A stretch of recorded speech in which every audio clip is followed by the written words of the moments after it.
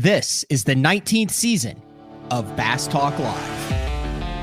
BTL is presented by Bass Cat Boats, Strike King Lures, Aftco, Pro Guide Batteries, X-Zone Lures, Shoreline Boat and RV Repair, Spro, Gamakatsu, Big Bite Baits, The Bass Tank, Denali Rods, Beatdown Outdoors, and Sunline.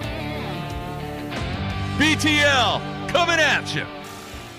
Good morning and welcome to another exciting edition of BTL Bass Talk Live, where we are going to talk about bass fishing. Last full live week before I hit the road in July. We're going to be doing all sorts of cool live on location shows and a mix of recorded shows in the month of July as I head to the Pro Bass Camp up at Oneida Lake in New York with Kurt Dove and 25 excited high school kids. Really looking forward to being on Oneida for the first time in my life without 250 boats on the fishery. So it kind of be like 4 days of the first day of practice every time we go there. Also a lot of professional bass fishing activity going on. Obviously the BPT is wrapping up their season. We have AOY implications going on St. Clair. We have Mike McClellan back in the mix. An MLF press release. Jeff Crete withdrew from the Lake St. Clair event due to personal circumstances, but he will return for the next event. And as a result, Mike McClellan, who is currently in the invitationals, was the next angler in line, and he accepted the opportunity to compete. So Mike, he had a rough first day on St. Clair, but Michael bounced back. I think he's one of the few guys with like 5 Elite Series wins into his career, and I think he'll bounce back from that. Also, it is that time where everybody is posting smallmouth on their social media, and at Champlain, it was an absolute slugfest. Brett Carnwright won that one with 59.11. It took 34 pounds, 15 ounces to cash a check. And unlike bass, I'm going to get on the soapbox for a second, who, regardless of how many people are in the tournament, pay out 40 spots, whether it's 100 boats in the opens or 230 boats in the opens. The MLF Toyota Series actually pays out based on how many boats are in the field. So that paid down to 55th place. And it took 15 pounds a day. Our man, I just mentioned him, Kurt Dove, 136th place. He goes out, he catches 15 pounds a day. That's a 3-pound average. 136th place. Also, before we get to today's guest, who's been around for a long time, very interesting story here with Arkansas's Greg Bohannan. I do want to give a shout out. If you've watched BTL over the past couple years, remember last year we had Joel Willard on, and I got to know Joel through the Bassmaster Opens over the last couple years out of Minnesota. Really hard worker, really good dude, and had him on BTL last year just talking about the economic feasibility of fishing all 9 of the opens, and he decided to step back this year, regroup, and come back strong. Well, Minnesota has a couple of really cool champion trails up there where they're anywhere from 50 to 150 boats, some big team events up there.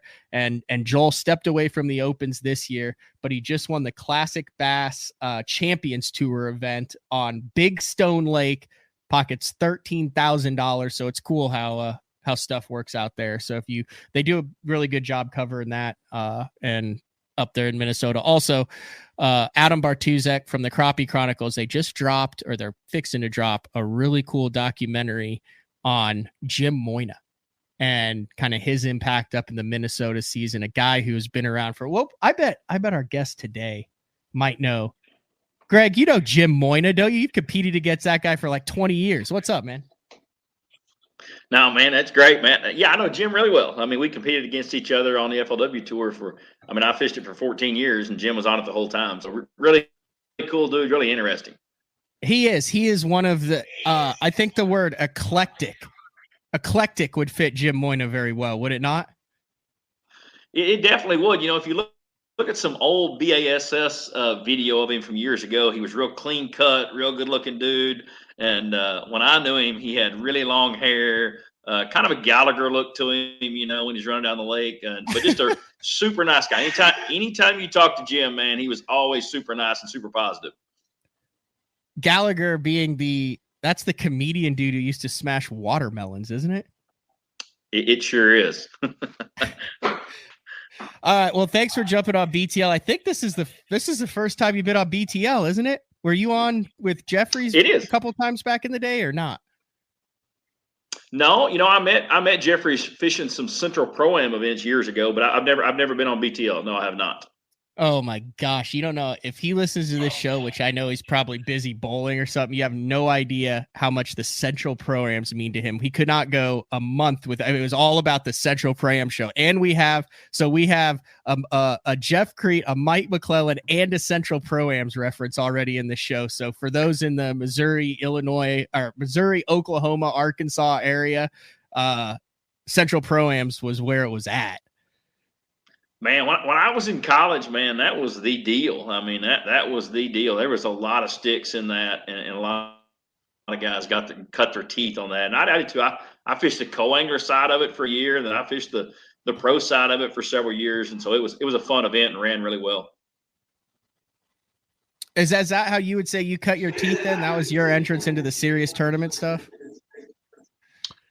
That was my entrance into professional fishing, was the Central Pro-Am, and I started just like right out of college, and and I was still working full time then, but that's kind of how I got my start before I jumped into the BFLs, trying to qualify for the FLW tour. All right, let's talk about this year first. You made a switch. What we're talking 2007 through 2022. So you had 15 years on the FLW tour, MLF Pro Circuit, MLF. Yeah, I think it was because they just changed to the invitationals. And then you were one of the guys who opted no MLF competition, 9 Bassmaster Opens in 2023 with the goal, I would assume, because no one else would in their right mind do this without the goal of making the Elite Series financially, to qualify for the 2024 Bassmaster Elite Series. So we're a little bit over halfway through the year. We can go through some of your stats because it's absolutely insane how good these guys are catching them this year. But just kind of talk through the decision to go from somewhere you're so comfortable, had so much success, almost right at $1 million in earnings between the Toyotas and the FLW tour, to kind of jump into a completely new phase in 2023? Yeah, I was kind of excited to make the change. I didn't like a lot of the stuff that had changed on the, it wasn't FLW anymore. And when they did away with a championship and they took a lot of the payouts out, I just thought it was a good time to move. I'd been thinking about, before I ended my career, I'd like to try to qualify for the Bassmaster Elites, and I just thought it was good timing, and so it's been a great experience. Hank and the whole group are extremely welcoming. My folks at Pringles were excited about the move. That they thought it would be a good move and bring Pringles to the bass side of things. They've been a fun group to represent. So, but it's been. I heard Bobby Lane say one time, it's like running the gauntlet to make the elites through the opens, and I believe that. With 225 boats, it is just. As you well know, it's tough during practice to figure out how to practice. It's tough during the tournament, to figure out where to start. And it's, it's a little bit of a chess match with 225 boats, but I've really enjoyed it. It's been I've had a pretty consistent year.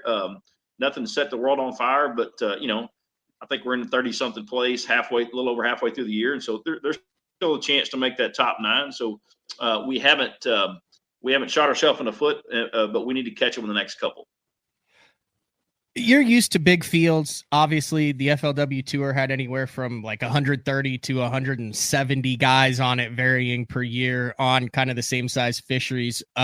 Just kind of compare, though, is that extra 50, 60 boats and 4.5 days of practice make a big difference when it comes to preparation, as opposed to preparing for tournaments with 2.5 days of practice and 150 boats?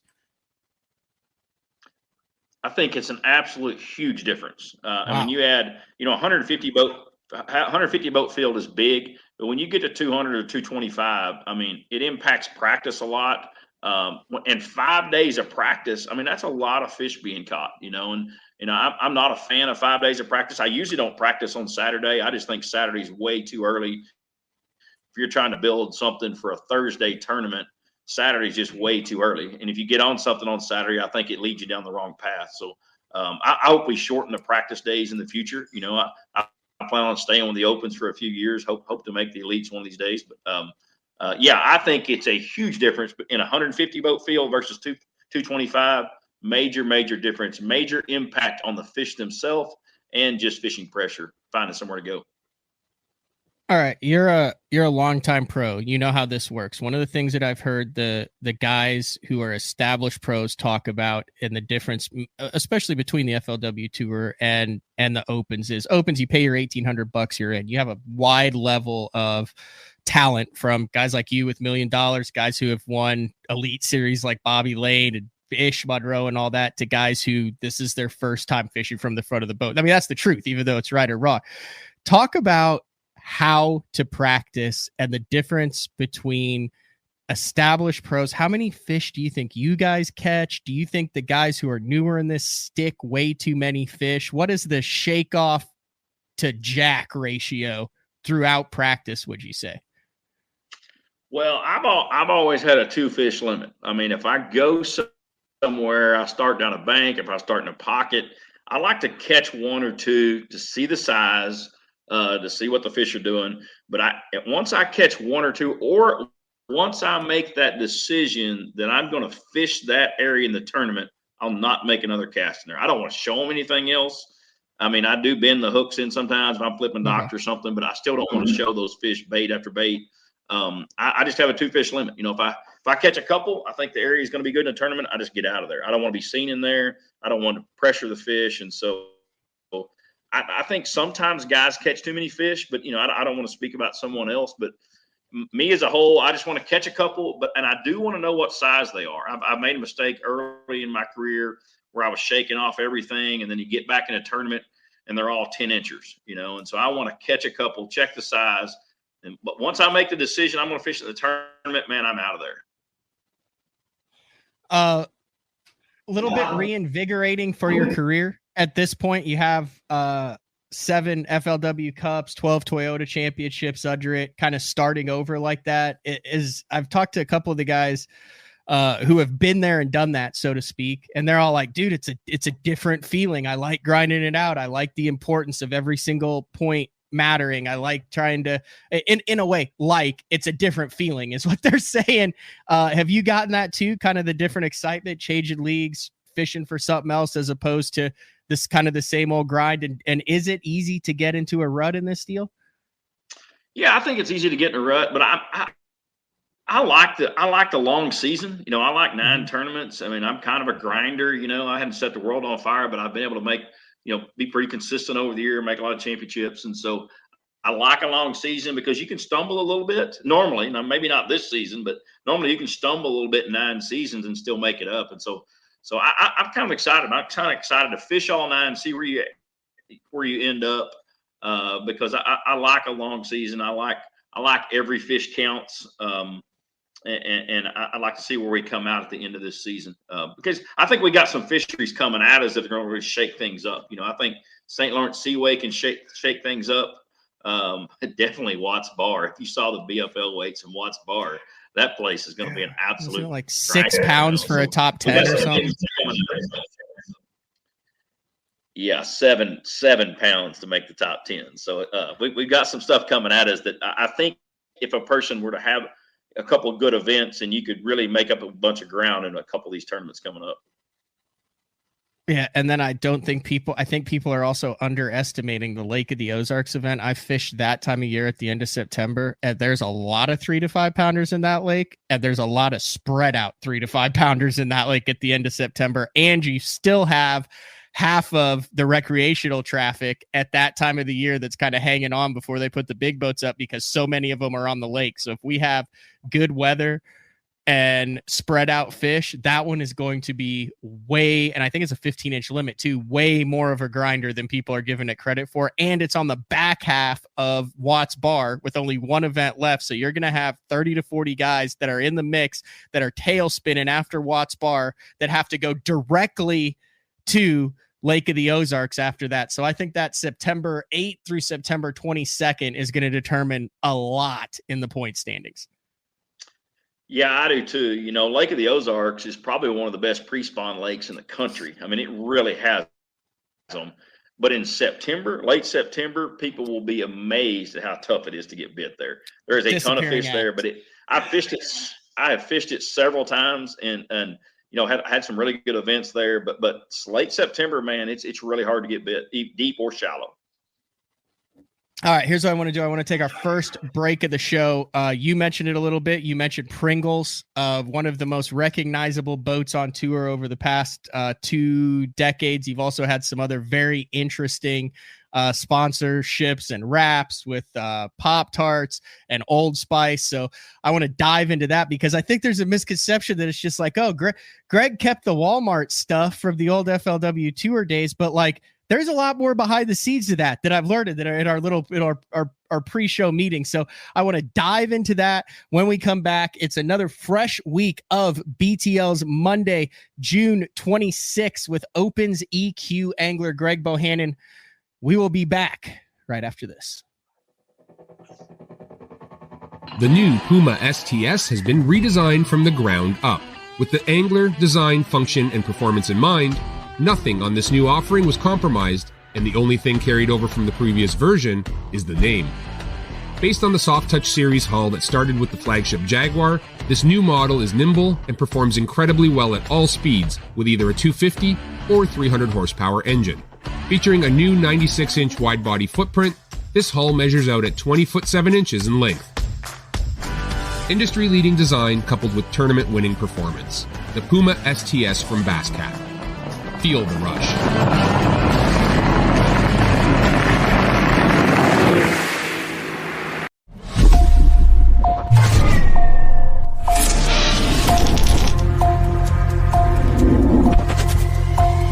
Everything you need, one legendary brand. Top on Strike King.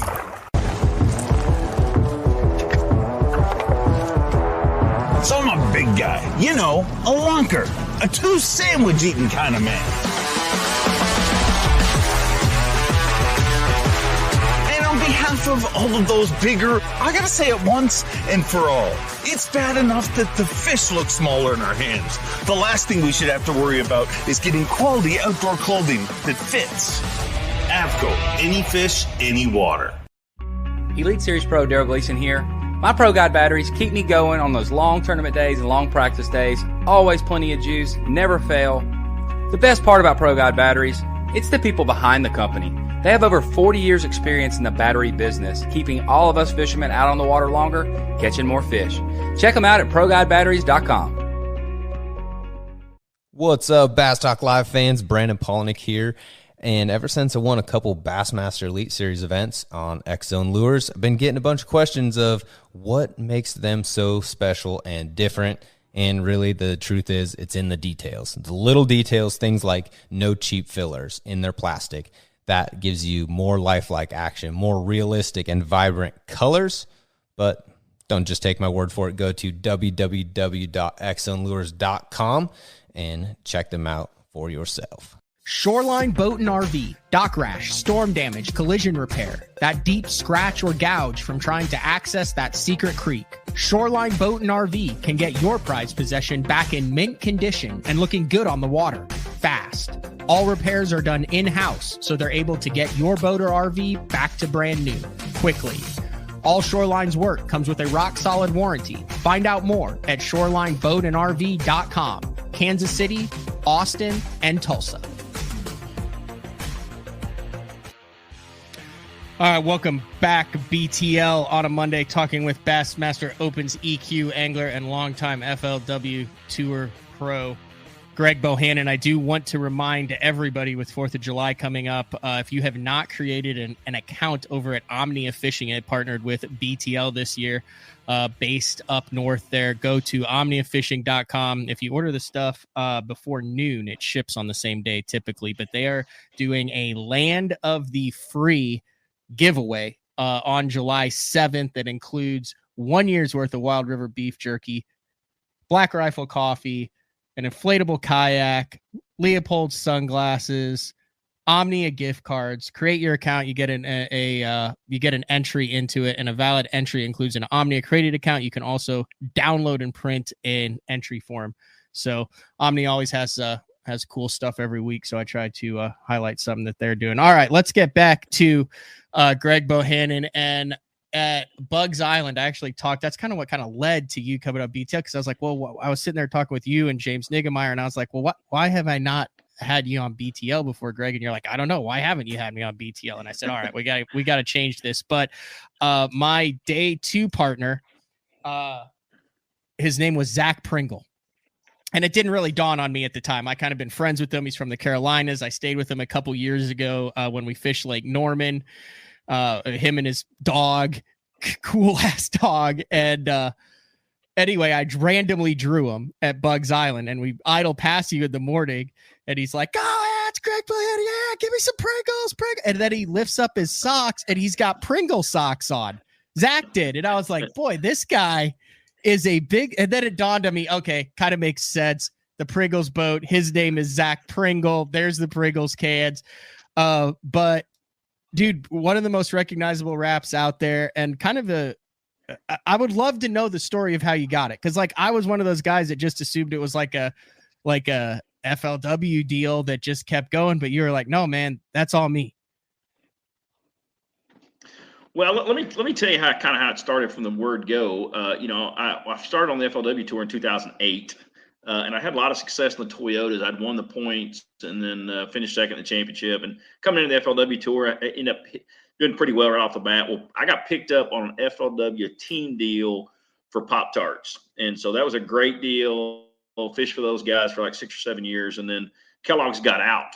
And when Kellogg's got out, it really opened my eyes to the opportunities that are through some of these big corporations. You know, they have bigger marketing budgets. They pay more money. And so through a couple of friends, I'd worked some charity events with someone from Old Spice, and so Procter & Gamble, which owned Old Spice. And so, man, I just begged them and said, hey, I'd like to get 5 minutes with the head of marketing. And so I was able to get that, did a PowerPoint presentation, talked about the fishing industry, and had a friend of mine, Craig Scarborough, put it all together. And it really went well. Picked up a deal with Old Spice, and it's a really lucrative deal. Fished for those guys for 3 years. They were loving the deal, and then changing marketing people, and bam, they're gone. You know, all of a sudden they just removed the program. So I'm actually sitting in church one day, and Aaron Elliman, who I'd worked with on a Pop-Tarts team, tapped me on the shoulder during church, right before church started, and said, hey, man, been following you on the Old Spice deal. Everything looks great. Man, it looks like a fun brand to represent. He said, now I'm working with Pringles now. And he said, we're doing a lot of new marketing stuff. He said, if something ever happens, give me a shout. He said, we might be able to do something with Pringles. And so that's how it started. And I said, well, I'll call you on Monday morning, because I just got the email a few days before that. So I felt like it was divine intervention, you know. And so that was 6 years ago. And so I've been able to represent Pringles the last 6 years. And it's been an awesome, fun brand to represent. You know, we every year we do something for kids. We did a Pringles fishing camp last year, a Pringles Fishing Academy last year. We gave away, worked with Luz and Strike King, gave away, everybody got about a $400 pack of outdoor gear and rods and reels. And we brought Bill McDonald and Anastasia Patterson in, and did some really cool stuff with them. We just did a children's shelter fish, where we provided lunch and fished with all the kids from the Northwest Arkansas Children's Shelter. Really cool event last week. So every year we've tried to do something to give back and do something with the kids. And so they've been an awesome brand to represent. They've been really involved. We're actually doing a Pringles Big Bass event on August 19th coming up on Beaver Lake. We're going to do it real early in the morning, 6 to 11, but we're going to pay $400, $300, $200, $100 every hour, plus $5,000 overall for biggest bass. And every entry fee goes to the children's shelter. So we're going to have a really good fundraiser coming up. So it's been an awesome brand. Like I say, it's really recognizable, and I've been able to get branded with them. And I hope it continues to go, because it's like I say, it's been fun, and they've been really involved, and I don't know, they've been great to work with. You mentioned that Pringles Big Bass event. Is there any information that I could pull up on that if people want to jump in on that on August 19th? Yes, I will have it out. I'm hoping to get all the artwork back today. I'm hoping to have everything online today. You can actually enter online through the children's shelter. You'll be able to enter here at the local sports shops here, but I'll have it on my Facebook and Instagram. I should have it by the end of the week, all that information and rules and everything. So it should be cool. The last time we did it, we had almost 200 entries, and what's cool about this is I go out and get the hourly sponsors. Some really good hourly sponsors, Wood Motor and a bunch of folks that sponsor me, or they're doing those payouts, covering our payouts for us. And so all the entry fees are written directly to the children's shelter. So every entry we get is direct money to the children's shelter. And so it's a cool event. Greg, I'm interested in knowing how, especially the non-endemic care that you went from what you would say the MLF Invitationals back to the Opens, which would be considered a AAA that doesn't have the live except for the remaining 3 events. And how are you able to navigate that? That kind of, did they consider that a lateral move? Or I know different guys have been like, man, they said, hey, we're good, but for the next couple years and you better make it. Or is it, are they cool with the publicity that you're giving them just based on all the other things that you're doing on top of fishing the EQs? Well, their exact statement is, hey, you continue to do off the water what you've been doing. That's all we're concerned about. We would love to see you make the elites. But on the back half of that, Bass has given us a tremendous amount of coverage as far as pictures on the website, interviews, and the Bass guys have been absolutely welcoming to like myself and Bill McDonald and all this stuff, and so just that first week of being the very first tournament, you follow Oklahoma. One, we had a decent event, and had a big bass and everything. But we had a lot of pictures, and they were just really happy with how Bass was displaying us on the internet and all the social media channels. All right. I got to ask the high school age question here, but do you just get like as many Pringles as you want? Like how does that work? Can you put like an order in like at the beginning of the year and then like a pallet of Pringles shows up? Exactly what happens. Actually, we do a lot of public appearances. We do a lot of, my first year we did 20 Walmart appearances, and that's kind of how we branded this deal or how we developed it is we take the boat and truck to a Walmart at an event. I usually leave a day early, and we give away I set up a little tent, give away Pringles. And so, I would have at least a pallet or 2 show up in my shop, and we would give them away. And it's so fun because you pull up at a gas station, and it's just cool because all the kids come up and they want product, and I usually have product to give away. And so that's been fun to me. So it's like I say, when I say it's been a fun brand, it really have all the brands I've been able to represent between Pop-Tarts, Old Spice, and Pringles. I'll take Pringles out all day long because so many people like them. Yeah, that's what I'm saying now. So I think Dollar General has some Dollar General only Pringles flavors. I'm seeing some like limited Pringles flavors now in some gas stations. It's almost like kind of collecting football or hockey cards, the different flavors. But if you were to give us your top 3 Pringles flavors for a day on the water, what 3 are you going with? And then throw in like a bonus wild card flavor that we probably haven't tried yet, but need to keep our eyes open for. Okay. First of all, cheddar and sour cream are my favorite. It's a blue can. It's by far my favorite. Number 2 would be cheddar. I love the cheddar ones. And number 3 would be barbecue. And so, those are my top 3 and we give those away a lot, but probably an outside one is probably pizza. I didn't think I would like the pizza ones, and they are absolutely awesome. So right now in my truck, if you see me at a gas station, we'll be me like you are headed to New York here in a couple of weeks. And so if you see me on that long trek to New York, stop and get some Pringles. And if anybody sees me along the way, stop and get some Pringles because it's the only Pringles boat and truck out there. So if you see me, I've got some for you. All right. My question is, have you tried, and I'm looking at it right now, have you tried the Philly cheesesteak Pringles yet? Because that one has piqued my interest, but I've not been able to get my hands on them. I've been looking at the Walmart for them, but I just want to know, is that worth continuing the search for the Philly cheesesteak? I have not tried that one. And I think that's a special run one. I'm not really good on all my flavors. I think it's a special run. Yeah, there it is. But I have not tried that one. I have tried a couple of the international brands, salt and seaweed. I would probably prefer cheddar over salt and seaweed if you get a chance. But yeah, there's some crazy ones when you look internationally. I'm looking this up. Salt and seaweed Pringles. Yeah, my son. I don't know how we got our hands on one sometime, but my son really liked those. I wasn't a big fan. I'm a big fan of Pringles, but not those. My goodness, there they are. Look at that. Pringles, salt, and seaweed. Discover the incredible flavor of Pringles. We've packed loads of chips at the top of each can. Salt and seaweed Pringles. That's right. There's like 25 flavors here. It's all produced out of Jackson, Tennessee plant. It's pretty cool. They produce all this product out of one facility. But now when you get internationally, I think there's like 200 flavors internationally. So there's a lot out there. Wow. Competition wise, and we didn't really dive into this. Like, what have been your thoughts so far on the fisheries that we've had? You talked a little bit about it, but I mean, I'm competing in them. I think I'm 62nd of the points. You're still alive. I'm no longer alive, but I could still win to get on Grand Lake. So it's that gambler's mentality.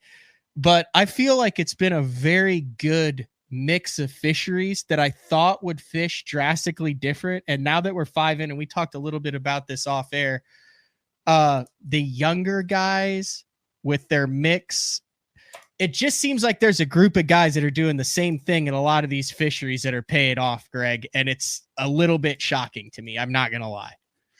Yeah, as far as the venues, I think it's great venues. We've been to good fisheries that have a lot of fish in them, and I think you need a fishery that's got a lot of fish when you have 225 boats. But there's a group of those kids up there at the top that are just absolutely killing us, and they utilize Garmin Live Scope and they're just throwing everything out the window and say, if I don't see them, I'm not going to throw at them. And so someone like me that has cut your teeth on weather patterns and lake patterns and stuff like that, it's a little hard for me to just throw everything out the window and just go live scope the whole time. And so, but it's a good lesson. I mean, it may be something that we have to do in the future. I still think there'll be a bunch of shakeup coming up at us. I don't think these guys can maintain that type of. I mean, I'm blown away with Trey McKinney and John Garrett and those kids. Milliken's doing it. Wrecked them every time, and so those two may continue to do it. But I still think there'll be some shakeup coming at us. But as far as venues, I love where we went. I think Bass has done a fantastic job of mapping out these venues, and I hope we keep going to places with a lot of fish. I know Watts Bar does not have a lot of fish in it, and so that'll be different. But overall, I've been impressed with the venues. But dude, like you're a veteran. You've been doing this forever. I mean, I'm not a veteran by any means, but I've been covering it. My rookie year covering this was 2008 too. Like I remember covering that season and going into that Angler of the Year race, covering it for BassZone.com. I was working with Chad Morgenthaler at every event. We were doing, every day we were doing pre and post tournament, and he'd go out and fish. It was a heck of a year. But dude, seasonal patterns where they're supposed to be grinding out fish, going down the bank, like, dude, that's like a pro's pro day, just grinding out a 14-pound limit. Like that's a thing of the past now, Greg, with the live scope, with the mapping, with what these kids are doing. They're taking fisheries that they know nothing about. They're going into areas where they know there's fish, and they're saying in 5 days, I'm going to find these fish in here. I don't care where they are, what they're related to. I'm going to ignore all seasonal patterns. I mean, this is a seismic shift in high-level tournament bass fishing, the likes of which we haven't seen since like the 60s. I would agree, and maybe this year is a little bit different just the way that these guys are doing it. But, I'm kind of a grinder, and I'm kind of a go down the bank kind of guy. And I really, and I've lost a couple fish that would put me way up there. I had a dead one that you followed. I mean, at Wheeler that really cost me. I don't like that non-coal rule on dead fish. Really cost me a couple pounds. So I've had the opportunity to maybe be 20 places higher. But I was hoping that maybe, hey, the live scope gets a bunch of guys off the bank and we'll survive on the bank with less people. And maybe that's still an opportunity out there. But it's funny. I heard a couple of these guys say, one of them said, why would I cast if I wasn't looking at a fish on the scope? And so that's a new concept for me, for sure. I might disagree with you. I think maybe, like you said, Watts Bar and that, but we should have, the guys, I'm gonna say I mean, I scope a lot too, but the guys you should have been able to go down the bank at Toledo Bend. That was one off. You should have been able to have all of it to the bank it yourself. That was one off scoping. You follow Oklahoma 150%. You should have been able to go down the bank and catch him. That was one offshore scoping. Wheeler Lake, you should have been able. There were some fish. There were a lot of fish checks that were cast shallow, but the majority of that was. We're running out of opportunities to get for guys who want to go down the bank to go down the bank and have all the guys out there battling for the live scope fish. I mean, I think this is going to be the season of the scope on the EQs, because it's not, the current on Thousand Islands and that Ozarks and Watts Bar are going to be one scoping. Mm-hmm.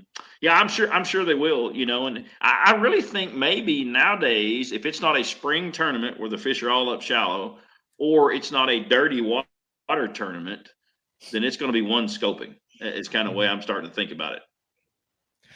All right, let's talk home lake, because like I said, I started covering the FLW tour in 2008. One of the best stops. I would say the best stop for the FLW tour. The top regular season stop every year was when they trucked all the Walmart employees in to the stadium there in Rogers, Arkansas. You had Charlie Evans. You had the lights, the boats. It had a cup feel to it every year when you guys went to Beaver Lake. And I remember every year, Greg Bohannan from Northwest Arkansas, one of the favorites out there. You've had some top 10s out there. You've also struggled a little bit out there. You've had some middle of the pack finishes, but there's really no one better to talk about how to approach a major tournament on your home body of water than you are, because you had so many cracks at it at Beaver. What are some of the things over the years that you learned about fishing big tournaments on your home body of water? Yeah, that's a catch-22. I remember my first top 10 there, and walking up through the fog, following George Cochran up the stage, and making that first top 10 there was really awesome. And coming on stage, and there was, it seemed like there was 3,000 or 4,000 people in that auditorium, and half of them knew me, and so it was really cool to make a top 10 there. But boy, it was one of the hardest events, and I did not like it. I didn't like fishing my home water, because you have that extra pressure on you. And Beaver Lake and any Ozark Lake is so condition oriented that, how you catch them today is not how you're going to catch them tomorrow. And we fall into, and then you probably experienced it, you've caught fish so many places over the years that it's hard to not fish on history. You think, man, I've caught them there before, I'm going to run there. Instead of going into a fishery where you don't have any knowledge, and you just figure the fish out, what they're doing right now and what they're doing today and what they're doing tomorrow. And it's just so hard on you when you fish your home water not to fish history. And I've seen it time and time again. And I wasn't very good at doing that, because I've caught so many fish early on Beaver and all over the place. And, I just get to running around too much and not fishing the conditions of what was going on. The one time, I think I finished third there one time, and that was because it was flooded and high and muddy. And I fished the conditions of that time, instead of the rest of the time figuring out what the fish were doing right then. So I don't like fishing a home water. I would rather go somewhere new. And I look back at my track record over 15 years. Every time we go somewhere new, my finishes are usually much higher, because you have no preconceived notions. And I think that's the best way to fish, with no preconceived notions. In fact, I don't like getting any help. I actually got quite a bit of help on Eufaula, and I haven't got any help on any lake, but I'd never seen the place, and I wanted to know some good areas to go to, before off limits and all that stuff. And I think it's terrible. I hate getting information, because it drifts you off on the wrong path instead of trying to figure the fish out what they're doing right now. I found, and I'd be interested if you could confirm this or not, but I found, you can get information in the Bassmaster Opens up until the day before practice starts. It's a completely legal. It's been that way. The opens have been the Wild West. What I found is if you talk, like I like to talk to 2 or 3 people about generals, I'll make notes, and then anywhere where all 3 of those generals match, like if it's a section of the lake or if it's a primary bait or something like that, that's kind of how I take it then. So like if I chat with 3 people about it, no waypoints, nothing, but all 3 say this section holds a lot of fish, I can put all that together, and that's kind of how I roll with the information. Yeah, I think I'm just done, period. But I told my wife when I got home, you follow us, I'm just done getting information, period, because it never, I might have in 15 years might have helped me one time, you know, and I just don't like to get it. You know, some guys are different. You know, I know guys have made their career on getting information and being able to capitalize on it. But I would rather go out with an open mind and just run and see what looks good, and as opposed to getting help. I just think when you start trying to run help or run waypoints, you just start running to spots and you're not even thinking about what the fish are doing. And I think it gets me started in the wrong direction. Yeah. I've talked about it for years. Inattentional blindness. You can't see what you know you're not looking for. And if you're looking for something, the human brain out of survival instinct says this is what's important. So that's what sticks out to you. And you are incapable of seeing everything else that exists around you. That's why so many guys who have crappy practices have such good tournaments, because you'll hear them say, I wasn't on anything, because they went into tournament day, open-minded, conditions changed. They were willing, instead of, if they went in just catching them on riprap, they go, damn, I fished every stretch of rock on the lake and I only caught 2, and they run right past the docks, where a guy who didn't catch anything was like, I'll fish the riprap, then I'll fish the dock, then I'll fish the clay point, then I'll flip some grass, and they're more likely to find them. Absolutely. I'm looking at your stats here on Beaver. You're really good on Lake of the Ozarks in September, bro. Like September, October, like you have a lot of top 10s, like grimy 12 to 14 pound days. Like you've made like 4 or 5 top 10s in the fall. Like you have to be kind of jacked about that one. Yeah, I mean, I like it. I mean, I won a BFL Super Tournament there, and so I think that's the last time I won one. You know, I've had some top 10s there. I just like Lake of the Ozarks. You know, like I say, it's a grinders tournament. There's not a lot of fish going to be caught, and so I like my odds when I can just, hey man, if I got to catch 12 to 13 pounds a day and be pretty good, I seem to do pretty good at that. I mean, I've had 2 seconds, a third, and a fourth in the Toyota Championship, and it's kind of the same thing. It's kind of a grinders tournament that time of year, and so yeah, I'm looking forward to Lake of the Ozarks for sure. You know, and you got to get lucky and get a couple 4-pounders to bite each day, and sometimes you can do that with what I like to do there. You're a Ozark guy, but you love Florida, right? I mean, I've had some good events. I've had a lot of good events at Okeechobee. Finished second there one time. And how does that work? Because that's an anomaly. That's an anomaly, dude. You're not supposed to be able to catch them in Florida, being from the Ozarks, which is the only section of the lake with 0 grass in it. But you can catch them there moving a bunch, you know, and I seem to be, my better tournaments are when I can turn the handle on that lose reel, you know, and so a lot of times in Florida you can turn the handle on stuff or move fast, pitching really fast. The particular tournament where I finished second there, I was burning a topwater bait the whole time, and gosh, that was fun. Will you walk us through the bite? Here it is right here. Okay. Let's watch it real quick. Back then it was all right. Go ahead, talk us through it. Well, I'm working a grass flat here and burning a Gambler Big Easy over the top.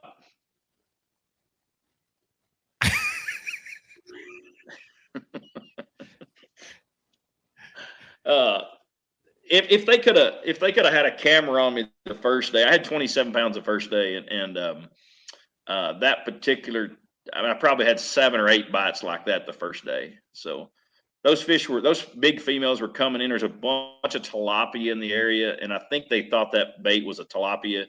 And when they would hit it, it would scare you to death. It was absolutely awesome. I was shaking the whole time by the end of the first day, and so it was a fun event. So that wasn't the only fish that hit it like that. If you're listening to this on the iTunes, it's Greg Bohannon. He's reeling He's reeling a bait across the surface, and like a 5-pounder eats it like 3 feet from the freaking boat. and he just like cranks and boat flips it. You mentioned that, it jogged my memory. I forgot that is the iconic bite you were talking about, right?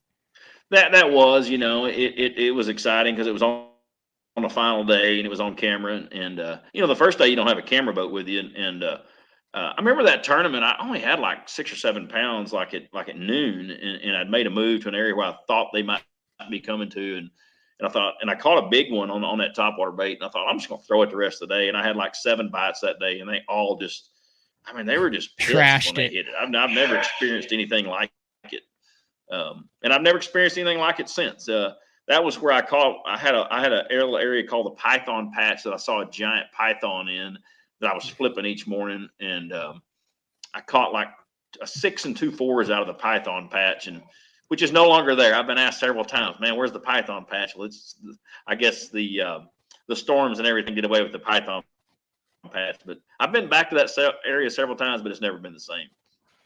Yeah, that's the thing about Florida, is it changes. Like the techniques and things stay the same, but like major weather systems completely change, like islands and reed patches and things like that. That's not really the case in the Ozarks, though. Like good spots are good spots. Like, is there anything in the Ozarks that you used to? Let's throw Grand, Table Rock, Beaver, Lake of the Ozarks, that whole area.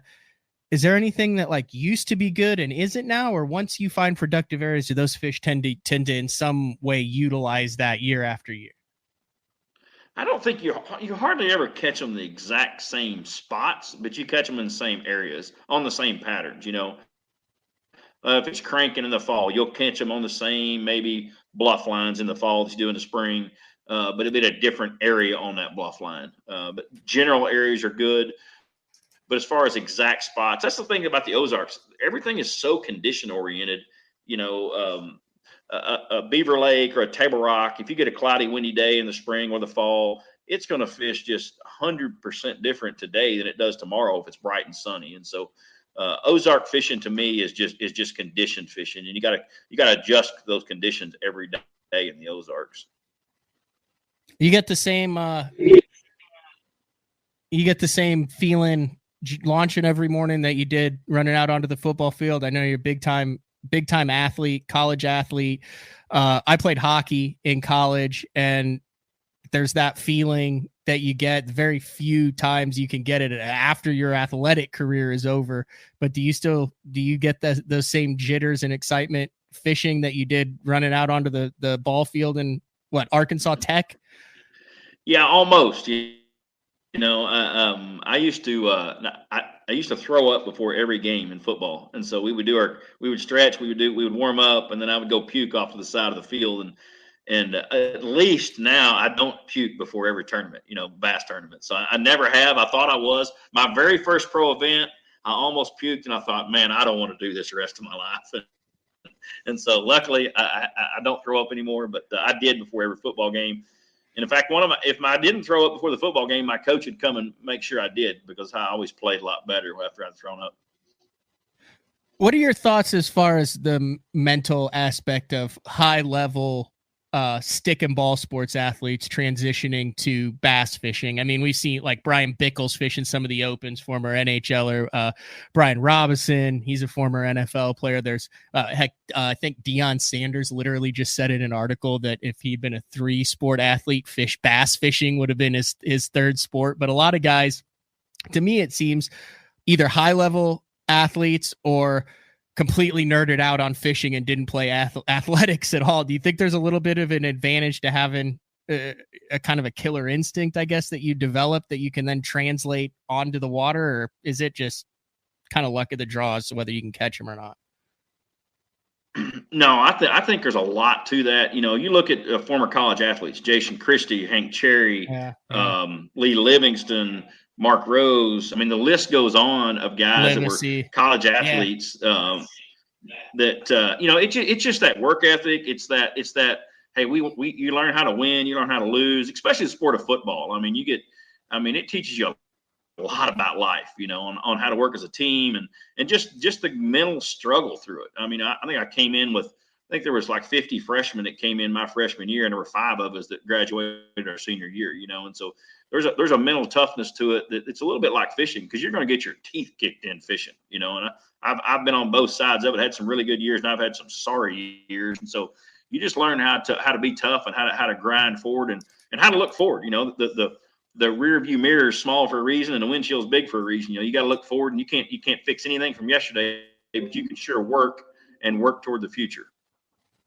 Isn't momentum such a weird thing? Like, you would think it really wouldn't make that much of a difference, and you can talk yourself into this is going to be the change. But like what I'm finding this year, like it's such a weird thing to try to wrap your head around momentum.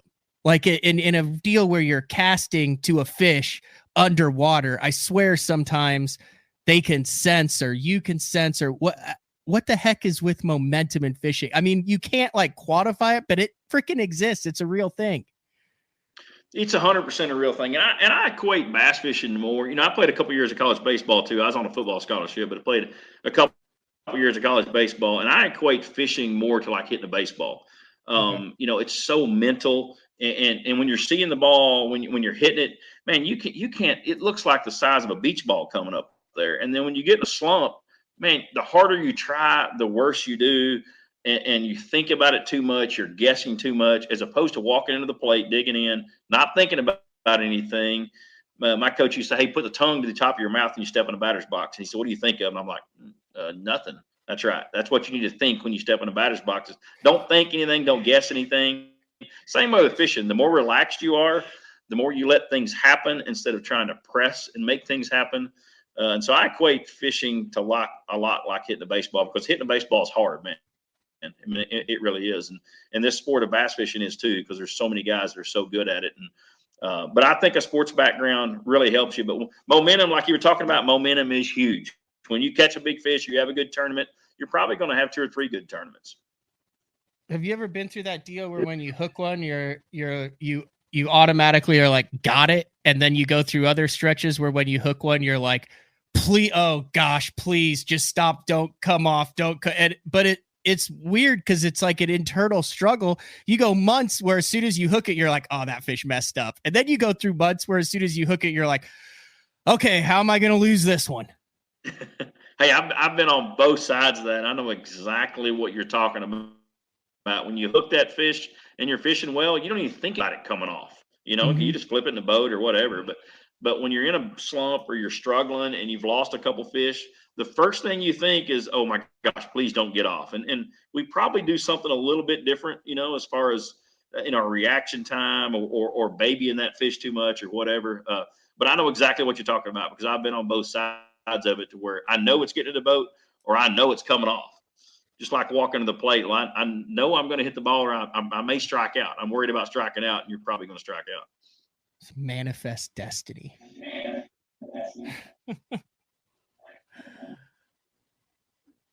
All right, Greg, what else we got here? I know that I've kept you for a segment. We talked about a bunch of stuff. Anything else that you want to get in before I let you go? No, man, I appreciate you having me on. I mean, it's been a fun year. Like I say, I've enjoyed the opens. I'm looking forward to this next one, see what the back half of the season brings. I'm hoping that some of these kids maybe falter a little bit. I don't wish bad stuff on anybody, but my gosh, are some of those kids fishing at a high level. And so we hope we can maybe hit a home run or 2 here in the end of it.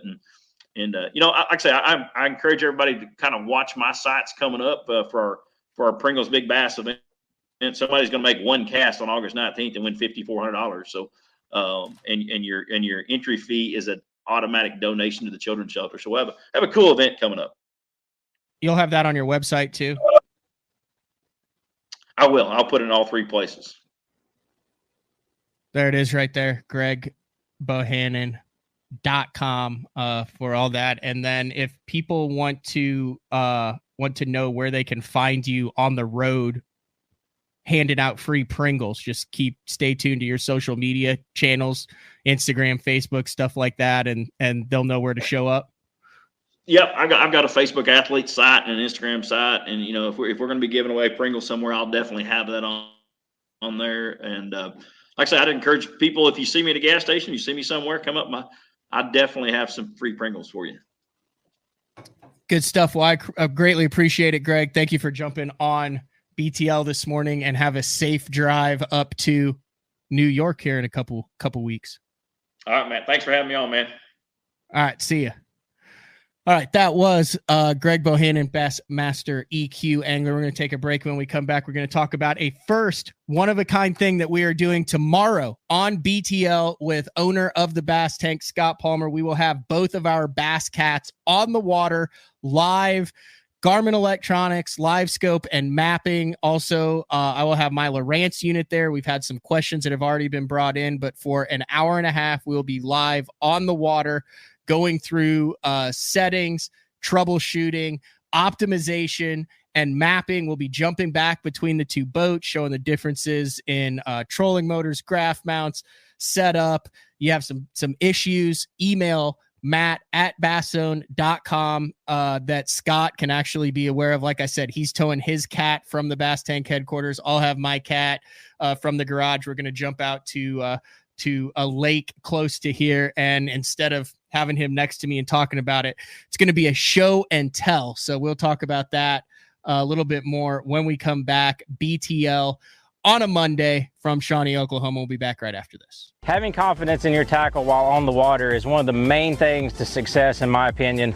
In the last couple of years with Denali, I've had just that. From anything from spinning rods, casting rods, tungsten products, even now to casting and spinning reels, I have the confidence to go out there and get the job done and know that all my equipment is going to handle it and do it just the way I want it. The thing about Denali is you've got great quality products at a great price point, so make sure you check them out.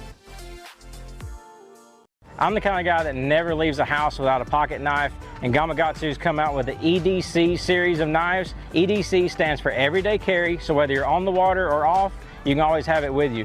The best thing about it to me is that assisted open feature. With this D2 blade, you've got it right here at your fingertips, so if you can't find your scissors, you need to cut a knot, you need to cut your braid, you've always got it. Make sure you check it out. Never leave home without your Gamakatsu EDC knife. Born in Japan, using technology, innovation, and precision, Sunline produces the widest selection of fishing lines at the most technologically advanced line factory in the world. Manufactured at the strictest tolerances to produce victories at the highest levels of tournament bass fishing. From household names like Christie, Swindle, and Cruz, to young guns like Cook, Logan, New, and Welcher, they all trust Sunline to take them to the top of the leaderboard. Choose the line that will give you the strength to guarantee your confidence. Sunline. Are you looking to install your own fishing electronics? The solution is the Bass Tank Power Harness. It takes the guesswork out of installation. No more voltage issues or interference. Designed by an engineer so that you can get professional results right there in your own garage. Installation done right with the help of the Bass Tank Power Harness. You can feel confident knowing that your installation was done right. The Bass Tank Power Harness. Give us a call or order yours today at thebasstank.com. The great thing about the new Sensation soft plastics from Big Bite Baits, heavily scented, super soft, buoyant, comes in 7 great new shapes. I've got a couple of them of my signature series, the cliffhanger worm and the ram-tailed craw, great for a flipping jig, football jig, swim jig, all that. Several other great shapes. Really excited about it. We've worked over the last year, catches fish all over the country, and I think it's going to catch fish for people everywhere you try it. The Spro Little John crankbait has been around for almost 15 years, and it is one of my go-to crankbaits whenever I need a fish in the boat, so you can never have enough new colors. That's why Spro's coming out with a handful of new colors, including Pearl Shad, which has this bleached out white look, but it's got this pearlescent, really pretty. We've got Copper Shad, which looks amazing in the water. It's got that purple flake on the back, really pops in the water. And then if you want some real pop, we've got Sparkle Shad, nothing but sparkles all over this thing. And then last but not least, we've got the matte Sexy Shad, just a really different looking color for a crankbait. So you want to give them a little different look, that matte Sexy Shad is definitely the one to go with. All these colors are available in the original Little John and the MD.